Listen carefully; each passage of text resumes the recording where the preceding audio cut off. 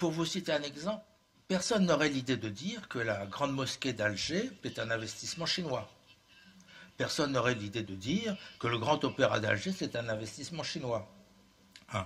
Bon, or, ce sont le type même de ces opérations qui ont pu être menées avec le concours de la Chine. Alors, dans le cas de l'Algérie, ce qui est intéressant, c'est qu'il n'y a pas eu de recours à des financements chinois pour une raison toute bête, c'est que l'Algérie s'est reposée sur sa rente pétrolière pour pouvoir payer les travaux qu'elle commandait. Et c'est également comme ça que l'Algérie a essayé d'acheter la paix sociale par des constructions de logements, hein, et ces constructions de logements étaient payées sur les fonds de la vente des hydrocarbures. En revanche, pour l'Égypte, la nouvelle cité administrative qui est en voie de construction, vous avez appel à des constructeurs chinois, mais aussi un recours à des financements chinois. Mais ça ne fait toujours pas de la Chine ni des entreprises des investisseurs. Ce sont des gens qui participent à l'activité de façon efficace, en apportant leurs services, mais ce ne sont pas des investisseurs. Donc c'est à partir du moment où on enlève, dirons-nous, cette hypothèque, on lève cette hypothèque, et qu'on se pose le problème, on oppose un comportement d'investisseur à un comportement commercial, on caractérise mieux et avec beaucoup plus de, dirons-nous, de finesse, le rôle que peuvent jouer les entreprises. Si vous êtes un investisseur, ça signifie que vous avez un objectif à long terme, que vous voulez vous implanter dans le pays. Mais lorsque vous êtes un commerçant, une fois que l'opération commerciale est terminée, elle peut s'achever là et ne pas se poursuivre. L'objectif, c'est d'abord l'opération commerciale en elle-même.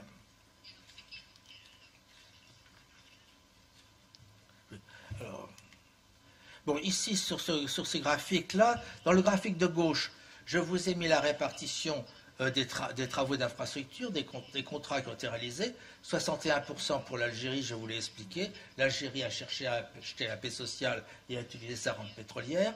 L'Égypte arrive ensuite, mais le Maroc, la Libye et la Tunisie sont très peu partie prenante à ce processus. Et ça se traduit également au niveau des prêts qui ont pu être attribués. Alors effectivement, vous avez ici le Maroc qui a pris un prêt en 2008 de 500 millions de dollars. Ce n'est pas grand-chose. En fait, le seul pays des pays du nord de l'Afrique du Nord, c'est l'Égypte qui a bénéficié en tout d'environ 7 de prêts pour un montant de 7 milliards. Alors, tout de suite, il faut un doute. Ça ne pose pas de problème en tant que tel à l'Égypte, pour une raison très simple, c'est que le montant de son endettement à l'égard de la Chine, ça ne représente que 4% de son endettement total. Alors, elle doit 20% de son endettement à des bailleurs obligataires et 20% aux institutions financières multilatérales comme la Banque mondiale ou la Banque africaine de développement, etc. Donc là-dedans, la Chine arrive même derrière les États arabes unis qui doivent être aux environs de 5%, quelque chose là. Donc ici, si vous voulez, vous n'avez pas un pays qui peut se trouver dans la situation où ce serait la Zambie en ce moment, ou le Ghana, ou d'autres pays. Mais donc, c'est simplement pour dire que c'est un rôle qui est d'autant plus marginal, ce rôle de financement est d'autant plus marginal que les pays comme le Maroc, la Tunisie ou la Libye ont peu recours aux prestations de services chinoises.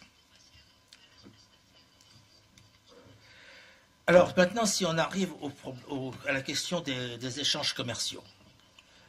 Alors effectivement, les échanges commerciaux, quand on regarde brutalement, entre le montant des exports chinoises à destination de l'Afrique du Nord, vous êtes à 33 milliards contre 0,4, vous êtes dans un rapport de 60 ou de 66%, à 66%.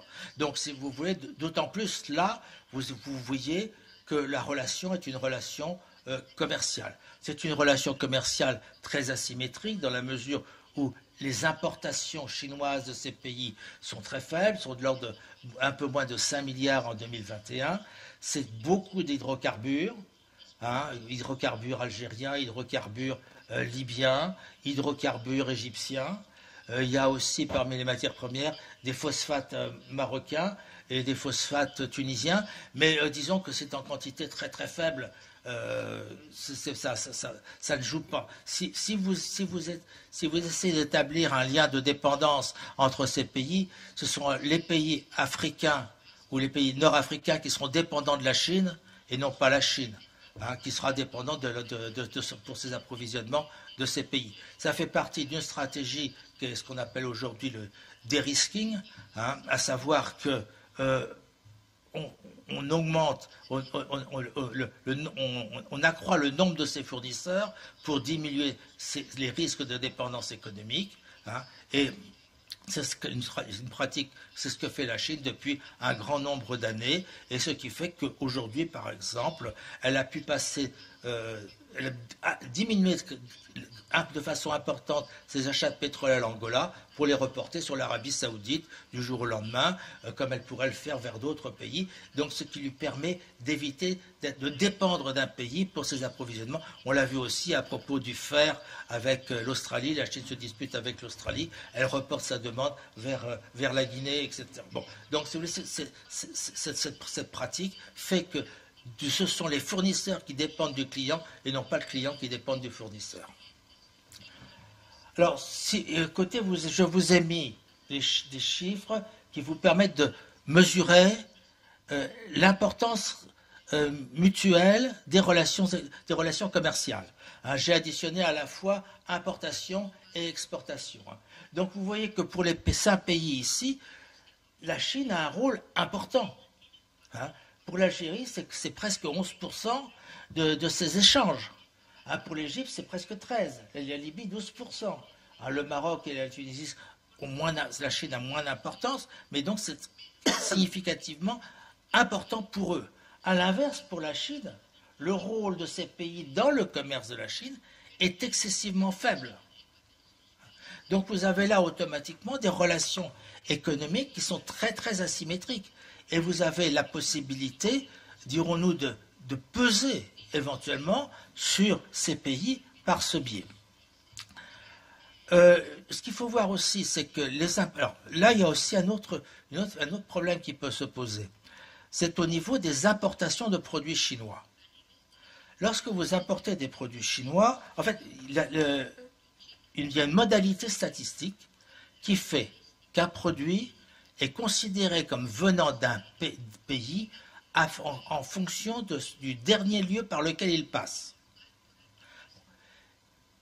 Or, vous pouvez avoir des produits qui ont circulé. Et puis, vous avez un autre aspect, un autre problème qui revient au même, c'est le problème de ce qu'on appelle les chaînes de valeur. Lorsque vous avez, par exemple, des entreprises chinoises, des constructions chinoises qui construisent des logements en Algérie, ces entreprises chinoises vont devoir installer des prises électriques que demandent les Algériens. Les Algériens ayant été habitués à utiliser des prises électriques françaises, ils vont demander à ce qu'on leur mette des prises qui respectent cette norme. Donc l'entrepreneur chinois va acheter des prises Legrand, une entreprise française qui les produit en Chine. Alors, quand le produit rentre en Algérie, produit chinois, statistiquement parlant, c'est le produit chinois. Mais si on regarde la chaîne de valeur, c'est en fait un produit français. Ou du moins un produit dont une partie de la valeur ajoutée revient à la France.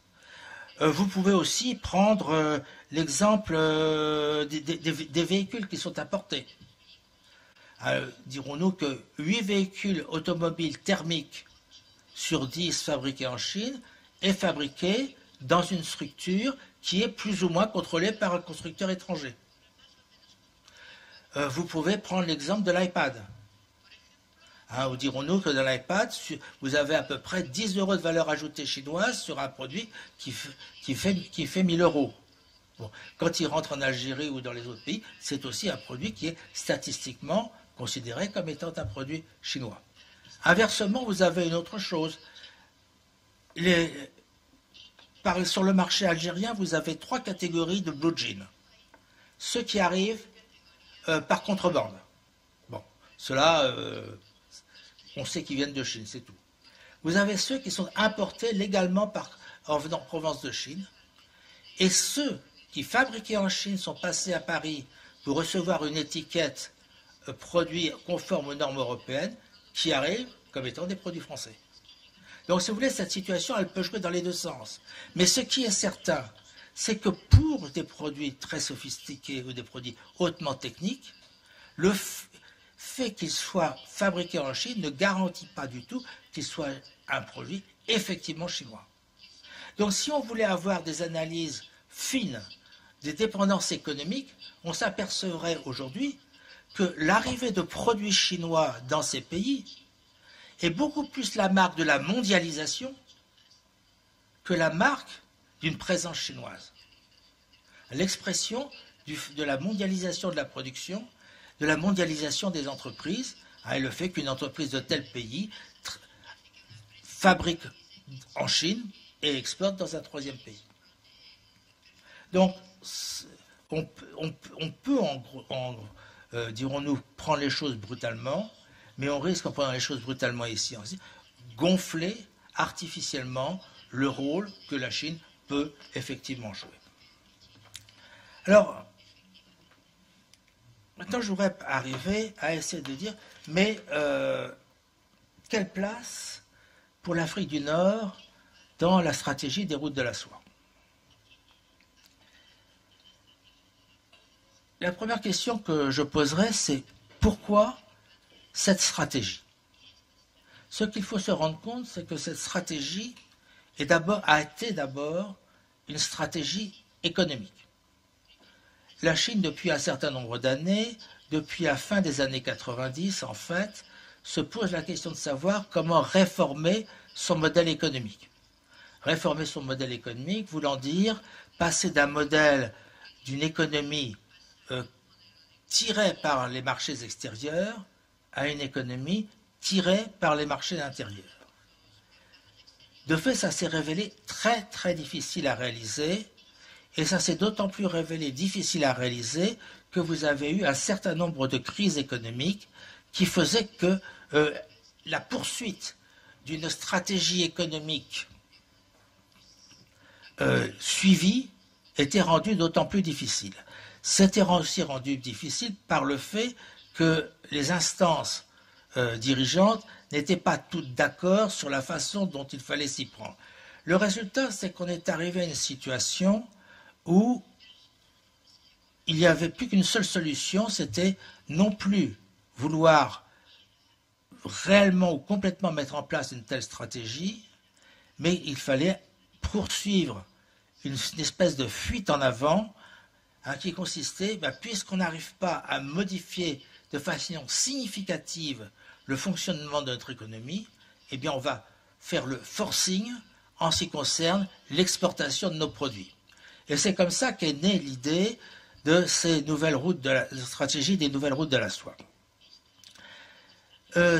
Par la suite, ces nouvelles routes, cette stratégie économique s'est doublée d'un autre volet, d'un volet politique. En fait, qu'est-ce qui s'est produit? C'est que pour pouvoir créer, instaurer ces nouvelles routes de la soie, la Chine a été obligée de créer des ports secs, a été obligée d'aménager des voies ferrées, d'entreprendre dans les pays qu'elle traversait un grand nombre de travaux. Ces travaux, elle les a financés. C'est-à-dire qu'en fait, selon le schéma que j'évoquais tout à l'heure, elle construisait et finançait quelque chose qui allait être en fait pris en charge par les pays qu'elle traversait. Mais la conséquence de cette situation, c'est que beaucoup de pays africains ont vu qu'il y avait là un moyen d'obtenir des financements ou d'obtenir des participations à des travaux d'infrastructure. Et ils ont voulu, eux aussi, participer à ces nouvelles routes de la soie. Et à ce moment-là, vous avez eu un basculement en 2016. Auparavant, on parlait de stratégie, et à partir de 2016, devant l'insistance d'un certain nombre de pays, on s'est mis à parler d'initiative, parce qu'effectivement, il y avait une demande qui émanait d'un certain nombre de pays, entre autres les pays africains, qui voulaient y participer. Mais si on se place du point de vue des pays africains, hein, bon, évidemment, les routes terrestres, ils ne sont pas concernés par les routes terrestres, mais ils auraient pu être concernés par la route maritime. Or, en fait, la route maritime, c'est une route qui ne fait que tangenter, hein, l'Afrique. Elle tangente d'abord par l'Est, et ensuite, elle tangente à travers la Méditerranée. Alors, ce qu'il faut se rendre compte, c'est que cette route maritime, c'est en aucune façon une innovation. Hein, ni une innovation chinoise, ni quelque chose de nouveau. Hein, c'est un phénomène qui est déjà très ancien. Si on remonte très longtemps, depuis très longtemps, vous aviez déjà des marchands indiens et des marchands arabes qui allaient chercher des marchandises dans le sud de la Chine pour les ramener vers l'ouest. Après ça, vous avez eu l'arrivée progressive, mais en passant par le cap de Bonne-Espérance, des marchands hollandais, portugais, anglais, puis français. Et puis vous avez eu au XIXe siècle l'ouverture du canal de Suez. Et l'ouverture du canal de Suez, ça a été la véritable naissance de cette route maritime de la soie. Et vous avez un acteur sur cette route maritime de la soie, qui est une entreprise qui s'appelle la CMA-CGM, qui est cette entreprise, ou du moins l'ancêtre, qui emmenait les Chinois de Chine vers la France pour les études, etc. Dont Deng Xiaoping, Zhou Enlai. Donc, si vous voulez, vous avez une voie de circulation ici, qui est une voie très ancienne, hein, qui est une voie très prospère, et c'est aussi sur cette entreprise, la CMA-CGM, qui est à l'origine du port de Djibouti, dans lequel maintenant sont installés les Chinois. C'est aussi elle qui est à l'origine du chemin de fer Addis Abeba-Djibouti, qui vient d'être construit par les Chinois. Donc, si vous voulez, il y a un croisement qui se fait là, mais sur une structure qui est une structure ancienne, est une structure qui fonctionne. Et cette structure, aujourd'hui, je l'ai marqué dans ici, 94% du commerce par conteneur passe par la voie maritime. C'est-à-dire que les voies terrestres dont on parle beaucoup, en fait, aujourd'hui, hein, elles ont peu d'importance, elles ont encore très peu d'importance, elles en ont d'autant moins qu'avec la guerre d'Ukraine, ça ne facilite pas les choses. Hein. Mais la vraie voie de transfert des produits, c'est cette voie maritime. Bien. Alors cette voie maritime, comme je disais, elle tangente, hein, l'Afrique. L'Afrique, c'est 4% du commerce chinois. Mais c'est pour aller vers l'Europe, qui est 17% du commerce chinois. Bon, bien. Et lorsque vous avez des escales en Afrique, vous avez deux escales principales, une qui est le port de Port Saïd, en Égypte, et l'autre le port d'Alexandria, toujours en Égypte. Ces deux ports, ils ne servent pas à alimenter l'Afrique, ils servent essentiellement à opérer des transbordements pour le nord de la Méditerranée. Donc ce sont des plateformes qui servent l'entrée des produits chinois au nord et non pas des plateformes qui servent à l'entrée des produits chinois au sud. Vous pouvez continuer de la même façon. Le grand port africain, le vrai grand port africain, c'est le port de Tanger. Et le port de Tanger, c'est un port qui est d'abord ouvert vers l'Europe, le nord de la Méditerranée, qui est ouvert vers l'Europe du Nord, ouvert vers les États-Unis, l'Amérique du Nord, et accessoirement vers l'Afrique de l'Ouest.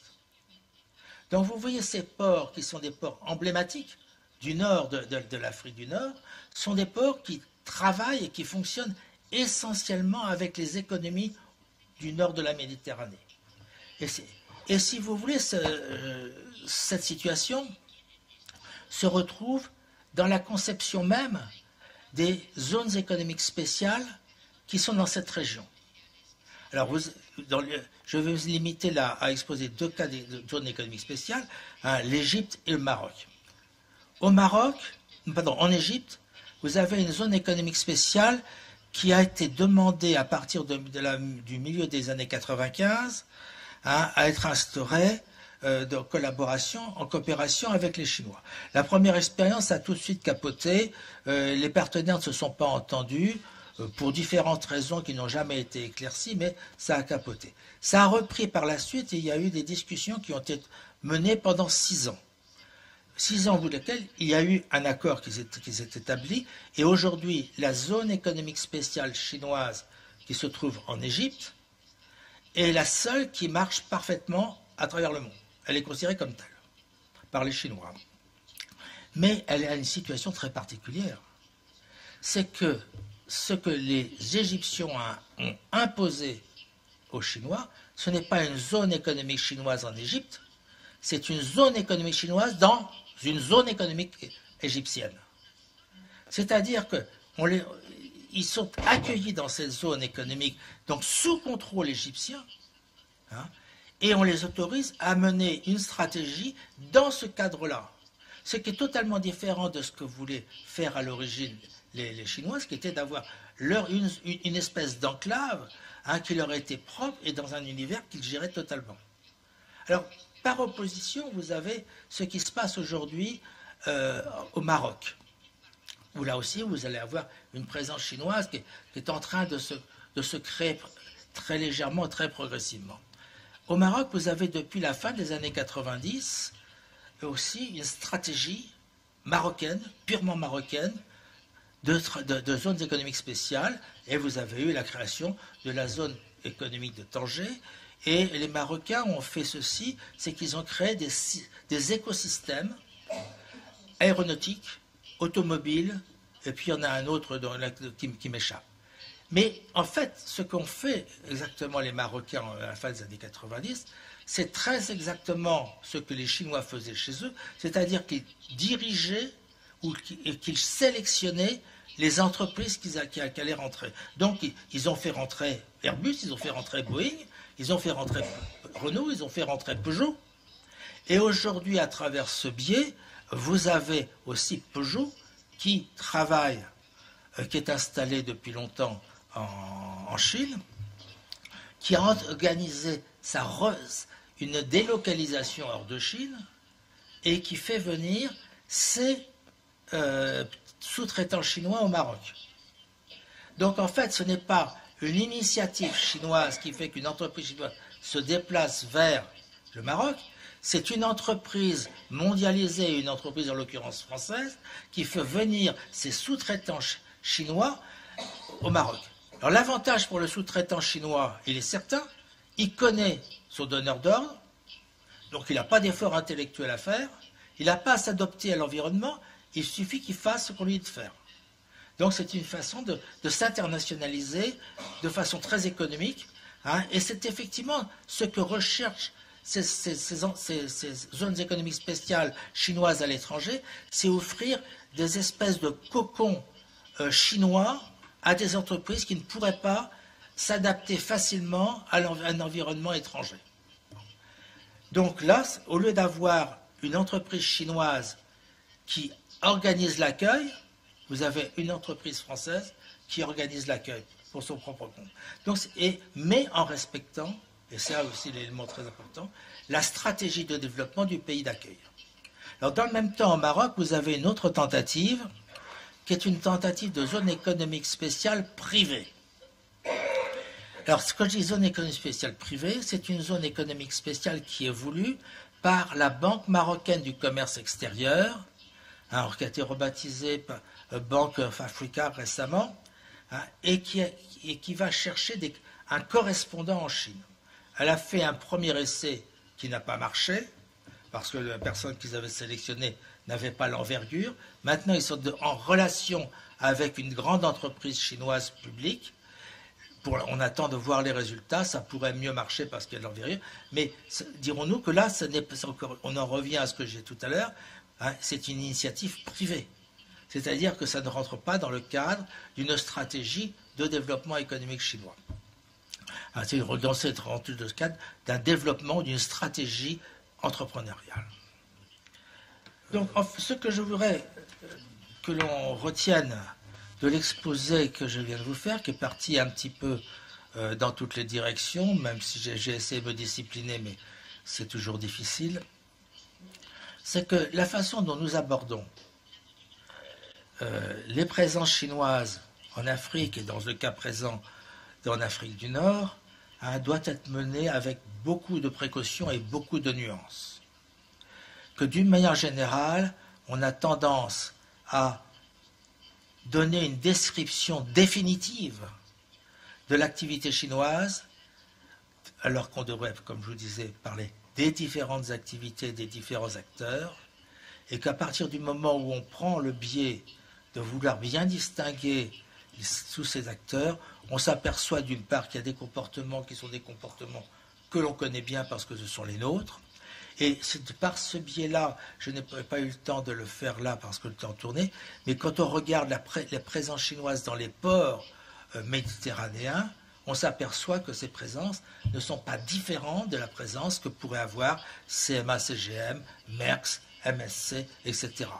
Mais qu'en fait, le seul fait que vous ayez affaire à des acteurs qui ont été absents jusqu'à présent et qui arrivent avec pas mal d'éclat, c'est souvent interprété comme étant une mainmise, alors qu'ils ne font pas toutes les choses différemment que les autres acteurs. Ils se mondialisent comme le font les autres acteurs, mais nous avons l'habitude de voir, d'entendre parler de CMA, CGM, de Maersk, etc. Tandis qu'on a beaucoup moins l'habitude d'entendre parler de COSCO, sauf depuis ces quelques dernières années. Et pour également montrer dans quelle mesure il y a une façon fantasmée d'évaluer cette présence, et récemment on a parlé, on est loin de la Méditerranée, du port de Hambourg. On a dit que l'entreprise COSCO achetait le port de Hambourg. Elle n'a jamais acheté le port de Hambourg.